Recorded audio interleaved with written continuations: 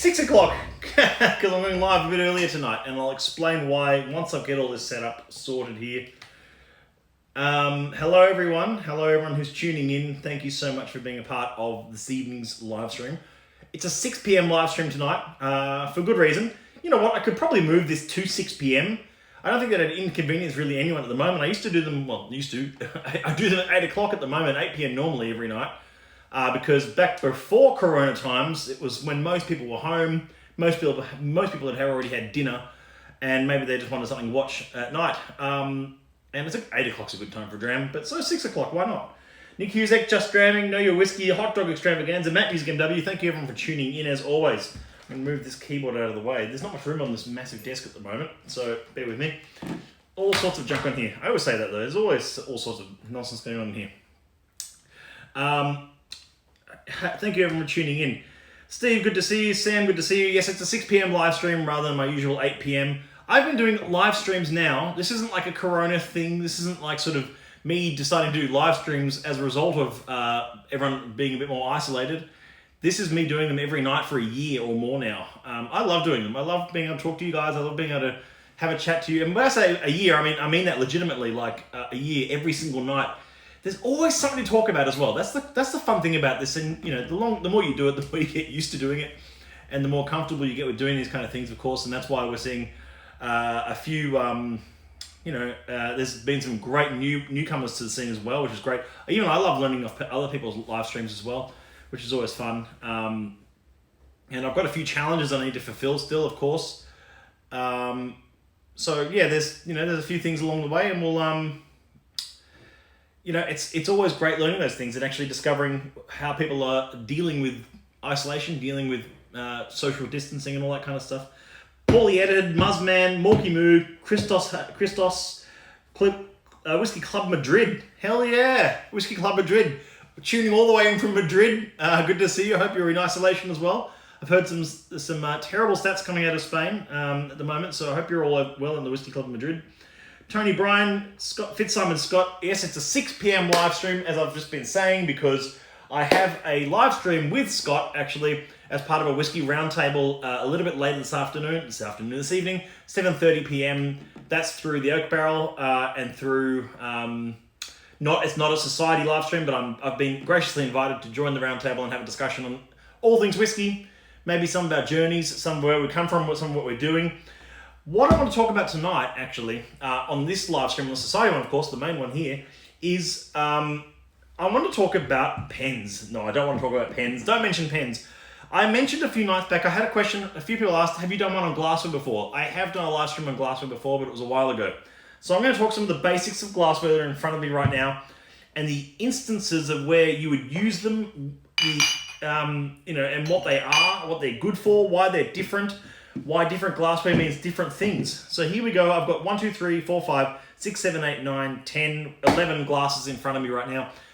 And I've got way more different types of glassware stashed away in the cupboard. But I thought these 11 are probably the more commonly seen and more diverse. I've got variations on a theme for some of them, if you like. In fact, 2 of these are variations on a theme to begin with. Whisky Music joined, good to see you. Master of Wood joined. Ahoy says, Muzz, good to see you, mate. Neil Zial joined, good to see you. Okay, so the idea was to talk a little bit about glassware tonight and which glassware works for different types of whiskey. Now, I didn't... there's one I'm missing. Doesn't matter. Use that one next time. Okay, let's start with the basics. I'm going to start with the basic. The one that probably most people recognise, this rather unpolished Oak Barrel branded Glencairn. Now, this is a Glencairn. Glencairn, Glencairn. This is probably the most common whiskey glass once you sort of step into the world of appreciation. Now what I mean by that is if Hollywood movies show you that whiskey glasses all look like that, sort of nice crystal cut tumblers, heavy base, men drinking whiskey, but not all whiskey glasses look like that. And once you progress into a bit of learning about how to best nose and appreciate whiskey, you start delving into interesting glassware. It's the same as saying you wouldn't drink wine out of a terracotta mug. This is my normal sort of coffee cup sitting on my desk here. I wasn't even planning to show you this. This grubby old mug is my normal coffee mug. I wouldn't drink wine out of a mug generally, unless I was camping or something, I didn't bring a wine glass. And I don't like camping. So that's my normal coffee mug. I wouldn't drink wine out of that, but I would drink wine out of a wine glass or a stemless or otherwise wine glass. So this is that's why yes, you can drink whiskey out of tumbler, and I'll get back to this one a few times I think. But there's ways of enjoying it in a whole new world, if you like, a whole new experience. So most people will recognize this is the Glencairn. So it was developed, it was a collaboration between David Stewart of the Balvenie Distillery and a few other people, a few designers and whatnot. Like, I think it came out maybe the year of release of the Glencairn, I'm going to dare say, was about 15 years ago, 10 to 15 years ago. Maybe a little bit further. No, it can't have been that far back. But anyway, it was, and it's got like a wide bulb at the base, and a nice sort of narrowish kind of nose at the top. It makes it's a very good social glass as well. Very easy to hold. You don't need to have a fingers around the stem. You don't need to do pinkies out for it. It's very easy to hold. When you hold it at the base, because it's a full solid glass base, you're not warming your dram up, which you want to avoid, generally speaking, especially in Australian climates.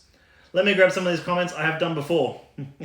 2004. Hey, look at that, Muzz. I wasn't too far off. I said about 15 years. So 2004 is pretty much bang on. There you go. I said 10 to 15, admittedly, but so 16 years ago, I wasn't too far off the mark. I knew it was around then, though. I thought it was around 2005, so I wasn't too far off.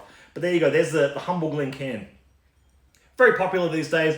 It's about $12 to $15 or so each these days. You can sometimes find them on special for about $10, but they're normally about $12 each, or a little bit cheaper if you buy them in bulk, like anything. Okay, so that's younger than I would have thought. Yeah, they haven't been around that long. I mean, you've got to understand, whiskey appreciation also hasn't been around as we know it today for that long either. The appreciation side of whiskey has grown, not just in Australia, but indeed around the world in a very short amount of time. Not very short, over the last couple of decades. Yes, whiskey appreciation existed before 2000, but it's changed a lot, and the way that the research that's gone into it has gotten a lot better. So there we go. Now the next glass I'm going to show you is also one of the more common glasses used for whiskey appreciation, and that is the humble Copita, C-O-P-I-T-A, Copita, or Copita if you prefer. If your name's Richard Stewart. Anyway, I'll come back to that one. This is the humble Copita. It's about 285 mils in the glass if you want to fill it to the brim, which I don't recommend. But good for it's often good for things like ports and sweet wines, but also good for things like whiskey. So they're ridiculously affordable in bulk, which is why you often see them at events. And if they smash, it's no big deal. They're about $1 each, but they're a good again base level glass for appreciation. Good on the nose, good, easy to hold, wide base, stem, fairly strong. There you go. Nothing much more to say about the Copita. Richard Patterson. What did I say? Doesn't matter. Richard Patterson's correct. Thanks, Buzzman. Mental blank. Lots of Richards and Peters and Stewarts and Murphys and Lewises. There we go. So that's the first two I want to show you. They're probably the two most common for whiskey appreciation that you see around, and I hope that's all coming out nicely on camera there.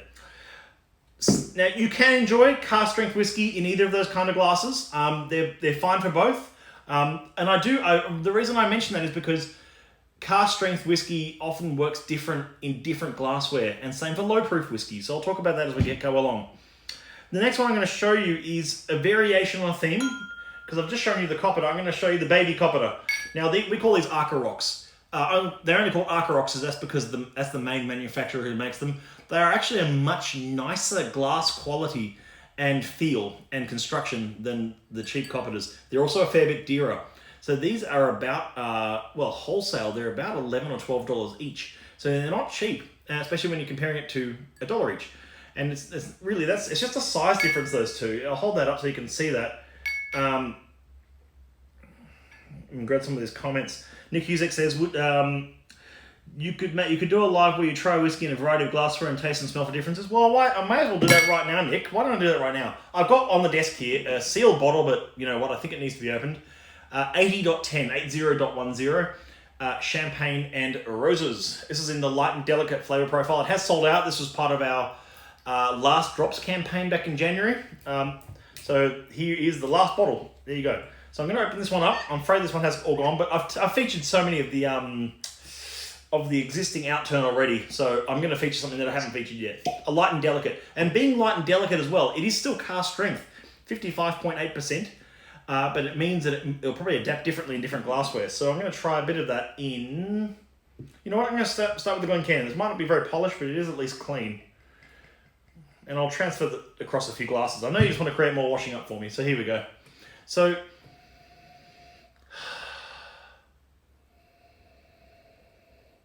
Lovely. You know what? That's the perfect first dram of the day as well. That's really lovely. The kind of whiskey, look at the colour on that. That is the proper colour of whiskey as well. That lovely light, honest colour, no E150. Magnificent. And it doesn't, it's cask strength, but it doesn't destroy your nose. That's the thing. It's like, it is light and delicate. It's got a delicate aroma. Lovely. And it's almost like quite a savoury kind of like a ham sandwich. Ham and pickle sandwich. It's lovely. And a bit of that sort of like bubbly sort of like French champagne note. Which is why I guess it's called Champagne and Roses. That just dawned on me. Okay. Lockie asks, Matt, could you do a live where you try whiskey in a variety glassware? So that's what I'm trying to... I'll try a few glassware now with different whiskies, actually. So I'll do that right now. Can tell the quality difference just looking at them. Yeah, you can. You can tell the quality difference between those two I was just showing you before, Rob. The Arcarocs are all hand-blown in France. So they are actual French glassware. They're nice. They're the ones that we use at society events are these ones. Because they're just a good glass. And I'll show you what I mean. Because I've poured about 15-ish mils there. And that 15 mils doesn't look like much in that glass, but it looks like a fair bit in this one. And the other reason we like a smaller glass when doing events is because we can fit a few more on the table and they're nice for nosing whiskey. You'll notice if you watched Andrew's live streams or videos, he uses this glass quite often for enjoyment of whiskey at home for himself. I know what he likes. I know what Andrew likes to dram out of, and this is his usual preferred glass for a dram. Even tempers it a bit compared to the in a good way. It doesn't like it's not just like all bulb. Lovely. Okay. Your 80.10 arrived this week. Oh, you got an 80.10? You must have got the last one, Whiskey is my jam. That must have been the last bottle, apart from this one sitting here right now. Hey, Whiskey Galore, good to see you guys. Congratulations, Whiskey Galore. Fantastic efforts from what I've heard. All around fantastic feedback coming back to Australia from all the attendees of Dramfest this year. So this dram's for you guys. So I've talked about the Glencairn a little bit. There you go, the first one. And I've talked about the brother and sister combo of the Arcaroc and the Copita.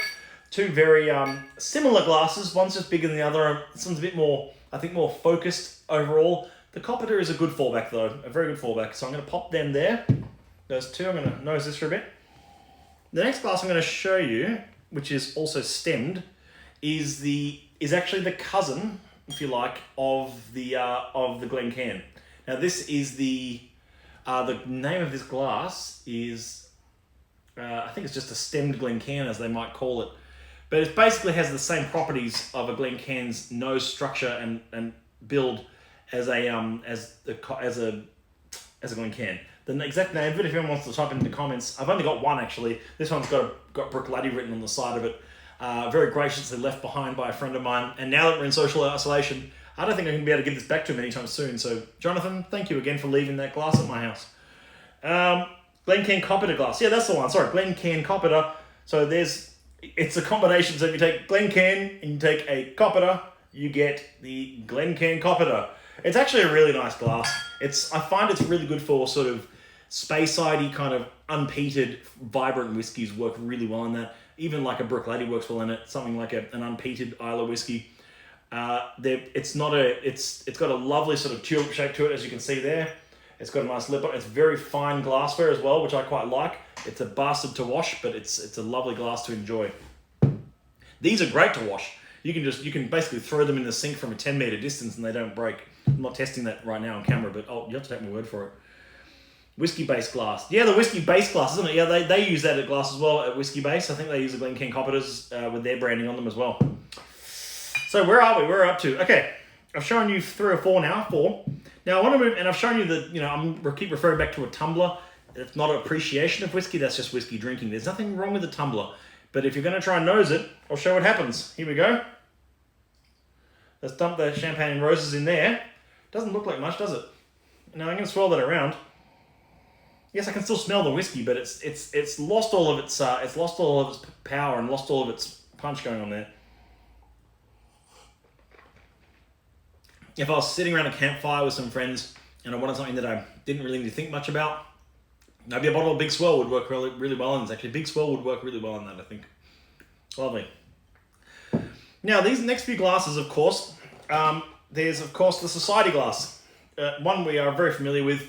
This was developed in collaboration with the Scotch Malt Whisky Society and Urban Bar in the UK, and it is UK designed and UK manufactured.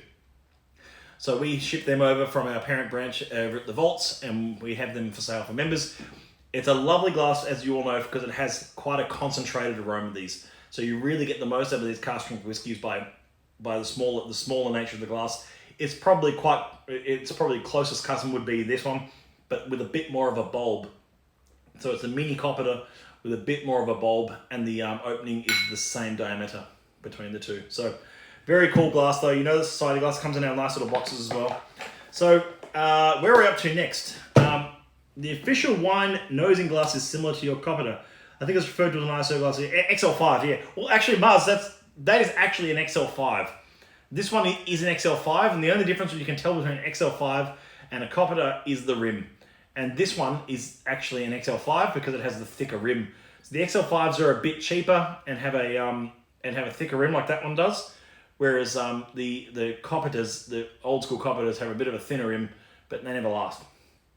XL5s, good old XL5s, always good in wine, good in spirits, very versatile. That has to be probably the most versatile glass in booze, really. Most versatile, not the most widely used, because you'd have to incorporate schooners and pints into that if you were talking about widely used. Okay, I'm going to show you another glass. This is actually one of my favorite curio glasses. Now I've shown this one before. This one is the 1920s professional blender's glass. If you have an old school blended whiskey, something like that Blue Label I had the other night, this is a Blue Label from the 90s. If you have a blended whiskey, an old school blended whiskey, they're fantastic for that. They are fantastic for that. They're really good for appreciation of low proof spirits. So if you've got a whiskey that's either really old and is low proof, an old blend, a whiskey that's sitting at 40% naturally, something like that, this is your one. Now there's two manufacturers of them. There's Angus MacRailed makes his own version of this glass in the UK. I don't know how to get a hold of those. I mean, I know Angus, so I don't know where he sells them though. And then there's this one, which is the 1920s blender's glass, as they call it. Great for low proof appreciation of whiskey, I'd say. Now, I don't mean for that to be a cop out. It honestly isn't. It's just what it's designed for, and it's got a strange, almost sphere on top with a tiny opening on the top there. I'll even compare that to something like that. You can see the opening at the top is quite narrow. With someone like a big schnoz like myself, fitting that in that glass is hard work. Denver and Liley. I also have a Denver and Liley glass, which I did feature in my last Glassware wrap. So I'm not missing anything here because I did actually get you guys in the last one. But I'm going to show you some other glasses, some other strange ones that I sometimes use. You've seen me use this before. This is my Spiegelau Tulip. Versatile between beer and whiskey. Good for high proof whiskies if you want a real punch in the face, but much better for beer. Also known as the Ducket Bucket affectionately in Australia. And then, of course, I like to show this one because I never use it, but it's kind of fun. You've got a Glencairn, and you've got the baby Glencairn, or a distiller's glass. A distiller's glass or distiller's can, I can't remember. So that was a one that I picked up at Lefroy, Distillers Ware's glass from Lefroy there. You know, just a nice little curio. It's basically a nice little, almost you can hide the whole thing in your hand, or you can, it's nice for just a taste of things out of casks. Steve says, I get soft tissue damage every time I try to drink from the blender's glass. I have to tip my head so far back to get the last drops. It's true. It's the most incompatible glass for drinking whiskey. I have to confess. It really is. It's completely incompatible for drinking whiskey. It's great for nosing old school drams. If you've got an old dusty whiskey sitting in the back of the cupboard somewhere, these are fantastic because they really extract a lot of everything out of the nose that whiskey can possibly offer, I find. But for drinking whiskey, it's kind of like got to find an angle to get all the drops out because they are hard work. Yeah, they are great souvenirs, these minis, though. That's what Robert just said. Fantastic little souvenirs, great little sort of curios from the gift shop. And then, of course, the last one on the table is the Spey Glass. The Spey Glass and the Spey Glass Mini. Here we go. So different brands and different people have used these glasses over the years. That's quite a big tumbler, this one, and this is a bit of a scary glass to drink out of because you can easily pour yourself, what doesn't look like much, but you suddenly poured 100 mils into your glass. So it's a bit of a messy glass, this one. But the Spey Glass Mini is also a little bit of fun. It's more comparable to sort of the Mini Glencairn, if you like. But it's kind of cool that there's sort of maxi and mini versions of each of these glasses sometimes because it creates a bit of fun of each one. But what I've done at the moment is I've currently got my 80.10 in a tumbler, and that is not working for me at all. But I think I might go back to... No, you know what? I'm gonna put it back in my my mini my Arca Rock. I am a huge fan of these Arca Rocks, though. They're a really easy way to get into whiskey, to appreciate them. That's far better than the tumbler. You forget how muted the aromas are in whiskey out of a tumbler until you're not using a tumbler again, and it's sort of you come back to it and it's like, oh man, what was I missing all that time? Anyway, and that's the cool thing about it, and I have to stress this, and I can't stress this enough: the right glass for the right occasion and picking the right whiskey for the right glass makes all the difference. It's hugely crucial. So anyway, that's my little live for the 6 o'clock session today. Just a 20-minute catch-up. I'll put this on YouTube for those who want to watch later. And of course, if you want to watch, there's a whiskey roundtable happening tonight at 7:30 p.m. courtesy of the Oak Barrel. I've been very graciously asked to be a panelist and working with Scotty again, which is going to be great. So that'll be a live through the Oak Barrel. The exact details of where that's being streamed, I don't have that right now, but I'm guessing mostly Facebook. So in the meantime, have yourselves a great night. I won't be on for the 8 o'clock, of course, because I'll be mid-live with our friends over at Oak Barrel for that. And it's what a strange, brave new world we're living in. We're all scheduling events that are all digital now.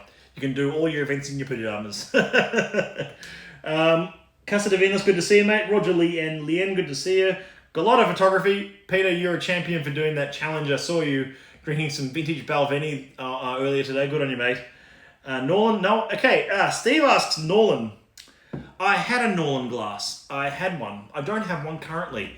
I was gifted a Norland, which was then borrowed by a friend of mine who left with it after a few drams accidentally, and I haven't bothered getting it back. I'll be completely honest, not a fan. Not a huge fan. I found the lip a little bit too thick. It feels thick and it feels a bit sort of cheaply constructed, and I don't mean to be cruel about anyone's product, of course. I think if you like the Norland glass, you like it, but it's just not to my tastes. As I was saying before, I like quite a thin, fine glassware. It makes for a nice experience, no matter what the glass is. So it doesn't have to be thin glassware. I'll say before, this XL5 is quite thick, but I wasn't a huge fan of the Norland. Let's put it that way. It's a nice glass, but it's an appreciator's glass wrapped in a tumbler. But I don't think it actually serves either of those purposes particularly well. So that's my takes on that. Now, Denver and Lily, I need one of your bourbon glasses. I should pick one up because I am actually a big bourbon fan, and I don't have one of your bourbon glasses, and I have used one before. I did get a dram at a bar using one, so I really appreciate that. But I haven't really. I don't own one, so I'll hit you up, and if you can sell me one, that'd be great. Post a link to the roundtable. I will. I'll post the link in our Instagram and on our Facebook group. That's facebook.com/groups/SNWS Australia. It's one of the longest running whiskey groups in Australia. It's still going, and there's lots of posts in there each day. You can talk to members, start a discussion. It's always lots of fun in there. So actually go in there. That's I'll post a link in that group once it's live. We're doing the roundtable tonight. A few people in the industry joining in to have a discussion, so it's going to be well worth having a chat with us all. It's going to be great fun. And the Bowden Coffee Glass Factory. Well, that's Denver Lala. You're not wrong. It's just I just wasn't a huge fan of the Norland feel. The feel on it for me felt like it was hard work. It wasn't something I enjoyed drinking out of. It felt a bit sort of like drinking out of a baby's cup or a coffee mug or something. It was a bit sort of like I was saying before. You don't really drink whiskey out of you don't drink wine out of a coffee mug. So why would you drink whiskey out of something that is equally inappropriate? Agreed. It looks cool. Very hard to use. And the Traveller by Denver. The Traveller. Yes, the Traveller. I don't have the Traveller, but I really again I should hook myself up. And I'm gonna do another glassware session because I did feature a Denver and Lally glass in the first one. Not this time though. Just going through some different glassware this time, and I'll go through some others in the third session I think soon. But no rush. We'll see you all soon.